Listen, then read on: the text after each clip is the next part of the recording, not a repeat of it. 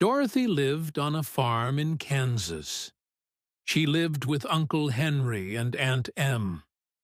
The land was very flat and gray. The sun made everything look dry. Even the grass was not green. Their house was very small. It had only one room. There was a small hole under the floor. They called it a cyclone cellar. They hid there when big storms came. Uncle Henry and Aunt Em were quiet. They did not laugh very much. But Dorothy had a friend named Toto. Toto was a little black dog. He had shiny eyes and a funny nose. Dorothy and Toto played every day. They loved each other very much. Toto made Dorothy laugh. She was not gray like the farm. She was a happy girl. One day, the sky turned dark. The wind began to howl. Uncle Henry looked at the sky. "A cyclone is coming," he yelled. "Run to the cellar." Aunt Em jumped into the hole. Dorothy ran to catch Toto. The dog hid under the bed. The wind hit the house hard. The house shook and tipped. Suddenly, the house rose into the air. It went up like a balloon.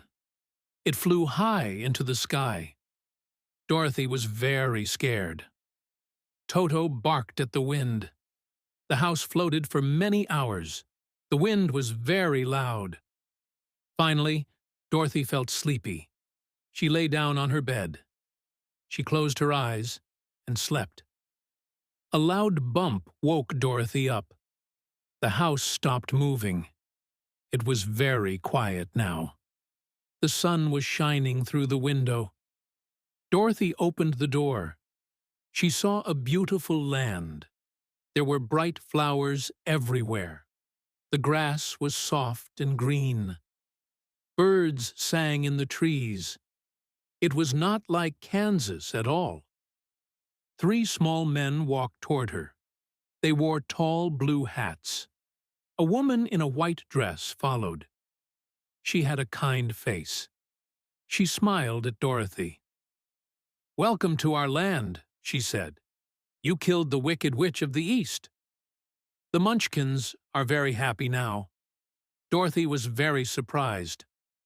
"I did not kill anyone," she said. The woman pointed at the house.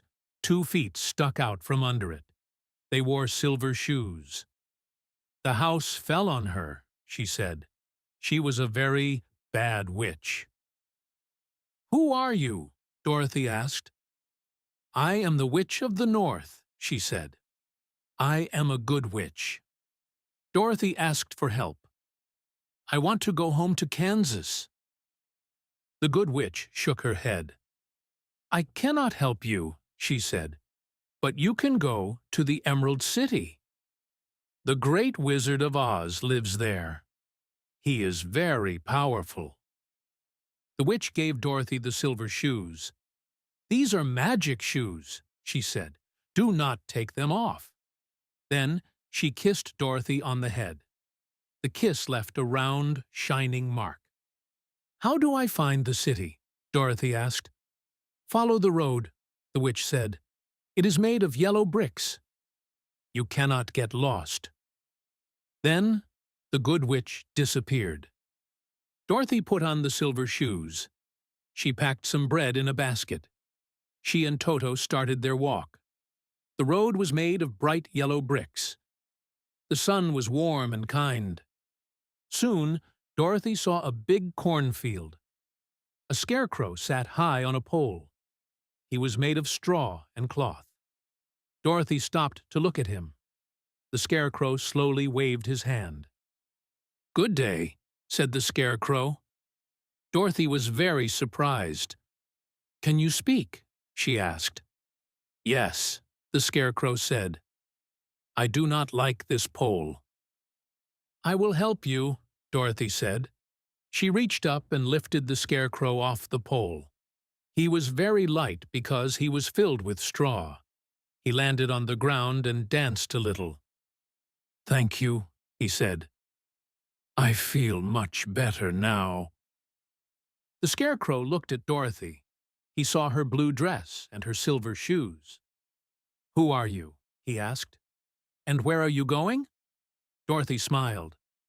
"My name is Dorothy," she said. "I am going to the Emerald City to see the Great Wizard of Oz." "Why do you want to see the wizard?" the Scarecrow asked. "I want to go back home to Kansas," Dorothy said. The Scarecrow looked sad. "I do not have a brain," he said. "I only have straw in my head. Do you think the wizard will give me a brain?" "I do not know," Dorothy said, "but you can come with me." The Scarecrow was very happy. "Yes," he cried, "I want a brain so I can think." They walked back to the road of yellow bricks. Toto barked at the Scarecrow, but the Scarecrow was not afraid. They walked for a long time. The sun was high in the sky. Dorothy told the Scarecrow all about Kansas. She told him about the Gray Farm and the big cyclone. The Scarecrow listened to every word. He did not get tired because he was made of straw. Soon the road went into a deep woods. The trees were big and dark. Dorothy was a little bit scared. "Do not worry," the Scarecrow said. "I will stay with you." Suddenly, they heard a loud noise. It sounded like someone was crying. Dorothy and the Scarecrow stopped. They looked through the trees. They saw something shining in the sun. It was a man made of tin. He stood very still next to a tall tree. He held an axe in his hands, but he did not move. "Did you make that noise?" Dorothy asked. The Tin Man did not speak. He only looked at her. His mouth was open, but no words came out. "He is stuck," the Scarecrow said. Dorothy saw a small oil can on the ground. She picked it up. Dorothy put some oil on the Tin Man's neck. Slowly, he turned his head. Then she put oil on his arms and legs. The Tin Man moved his arms. He dropped his axe and sighed. "Thank you," he said. "I have been stuck for a very long time." "Why were you stuck?" Dorothy asked. "The rain made me rusty," the Tin Man said. "I could not move at all. It was very lonely in the woods." He looked at Dorothy and the Scarecrow. "Where are you going?" he asked. "We are going to the Emerald City," Dorothy said. "I want to go home, and the Scarecrow wants a brain." The Tin Man looked at his chest. "I do not have a heart," he said. "The tinsmith forgot to give me one. Do you think the wizard can give me a heart?" "I think he can," Dorothy said. "Come with us." The Tin Man was very glad. He picked up his axe and walked with them. Now there were 3 friends on the yellow brick road. Toto ran ahead of them, wagging his tail. The 3 friends walked deep into the dark woods. The trees were very close together.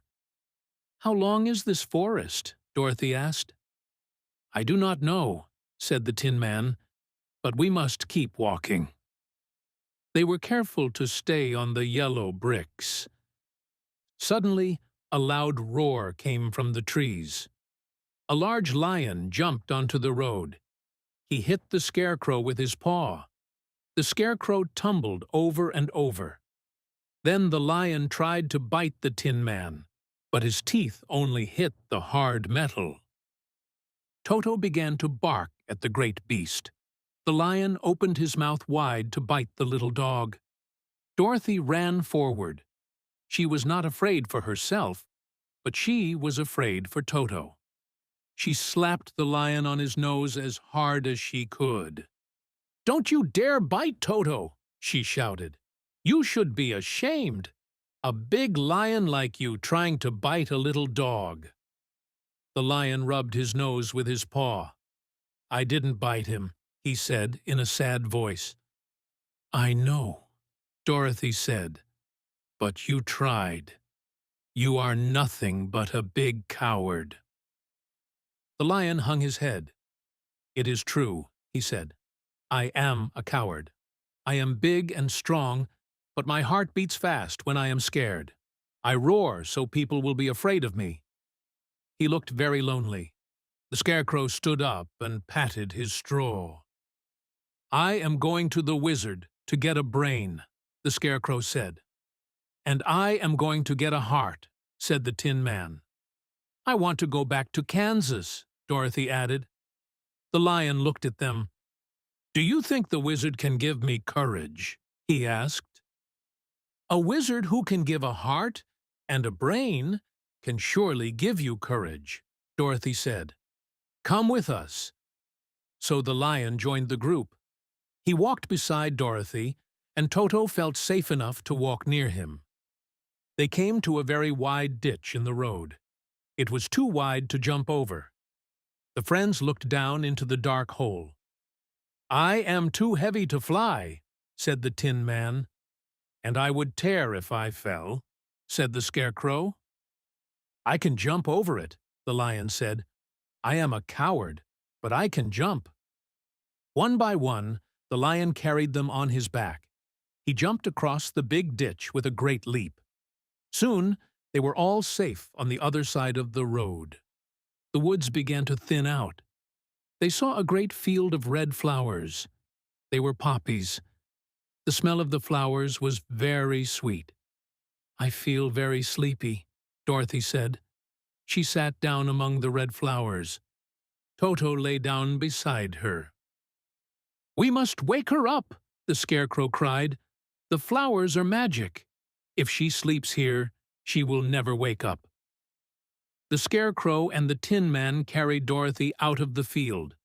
The lion tried to follow, but he was too heavy. He fell asleep in the red grass.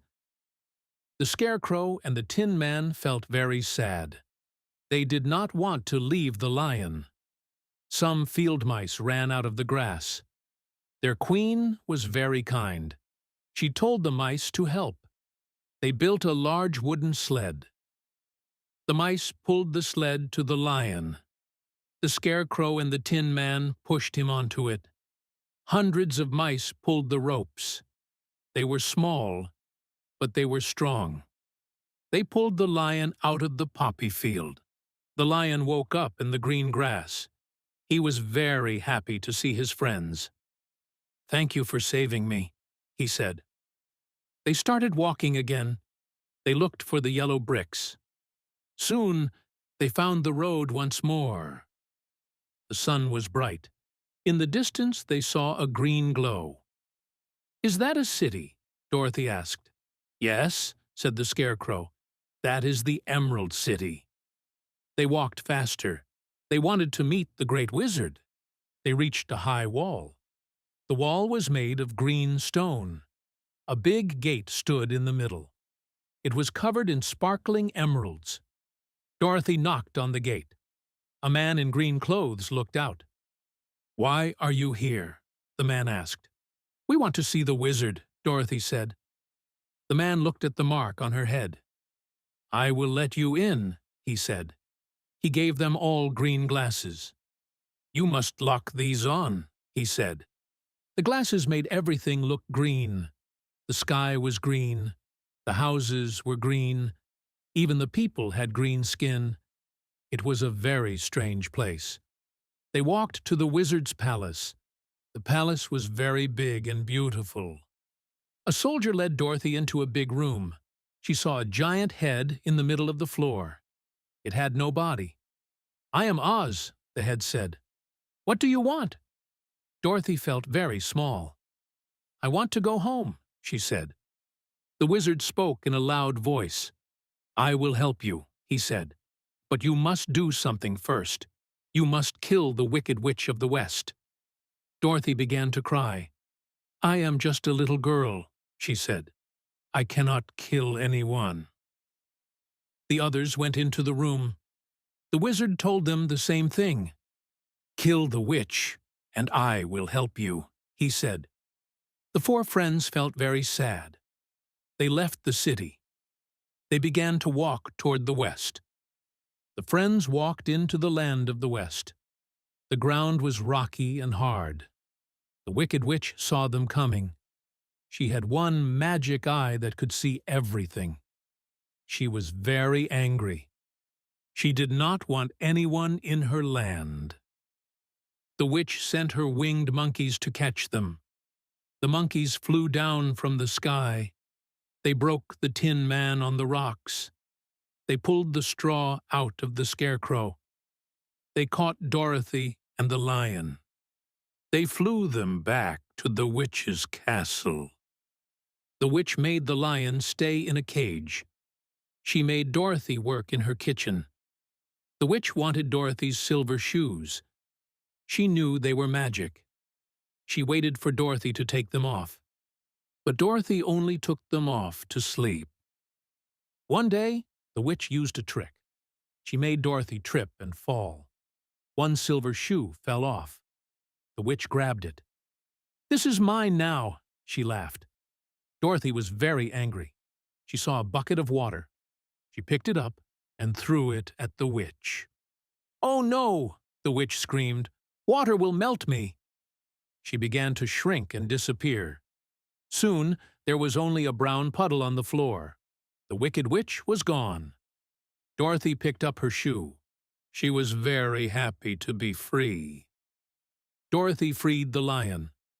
She found the Tin Man and the scarecrow. The people of the West helped fix them. They put new straw in the scarecrow. They fixed the Tin Man's metal. The friends walked back to the Emerald City to see the wizard. "We killed the witch," Dorothy said. "Now give us our wishes." The wizard did not speak. Toto ran behind a screen in the corner. He pulled it away. An old man was hiding there. He was not a giant head. He was just a normal man. "I am a humbug," the old man said. "I am not a real wizard." The friends were very sad, but the man was kind. He gave the scarecrow a head full of pins and needles. "Now you have a sharp brain," he said. The scarecrow felt very smart. He gave the Tin Man a heart made of silk. He gave the lion a drink that made him feel brave. "You had these things all along," the man said. "You just needed to believe." Then he built a big balloon to take Dorothy home. The balloon flew away, but Dorothy was not in it. She had to stay behind to find Toto. She began to cry. Then the good witch of the South appeared. "Do not cry, Dorothy," she said. "Your shoes can take you home." "Just knock your heels together 3 times, the witch said. "Tell them where you want to go." Dorothy hugged her friends. She picked up Toto. She knocked her silver heels together. "Take me home to Kansas," she cried. Suddenly, Dorothy was spinning through the air. The wind was loud again. Then she felt the soft grass. She opened her eyes. She was back on the farm. Uncle Henry and Aunt Em ran to meet her. "I am home," Dorothy laughed. "I am finally home."